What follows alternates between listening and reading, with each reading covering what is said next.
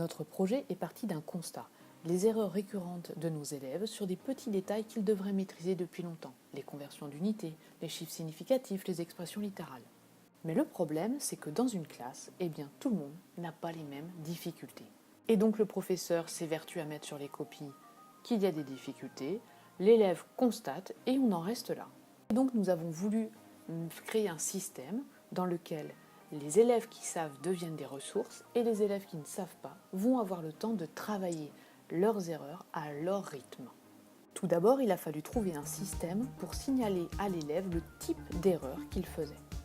Et nous avons mis en place un système de balises, #CU pour conversion d'unité, #EL pour expression littérale. Ces balises sont mises à la fois en classe dans les cahiers, mais également sur les devoirs. Puis, il a fallu créer et mettre à disposition des ressources pour les élèves afin qu'ils travaillent leurs erreurs spécifiques. Nous avons donc créé des parcours d'apprentissage suivant les types d'erreurs. Tout d'abord, on peut revoir le cours sous forme de capsule ou bien le cours en version papier. Puis, il y a plusieurs séries d'exercices autocorrigés.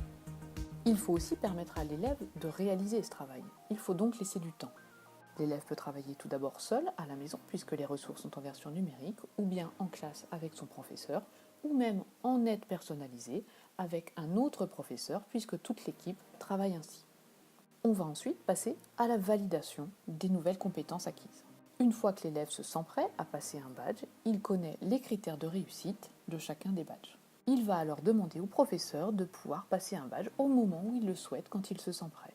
Un petit exercice sera à sa disposition. Si l'élève a fait des erreurs, le professeur va indiquer dans son livret de badge l'erreur à travailler et des conseils pour retenter ensuite une validation. Si le badge est validé, il devient alors une personne ressource dans la classe pour aider les camarades. Bien sûr, ces nouvelles compétences acquises, il va falloir les conserver. Donc dans les prochains devoirs, il ne va pas falloir refaire les mêmes types d'erreurs récurrentes. Sinon, on perd son badge et on recommence le parcours d'apprentissage.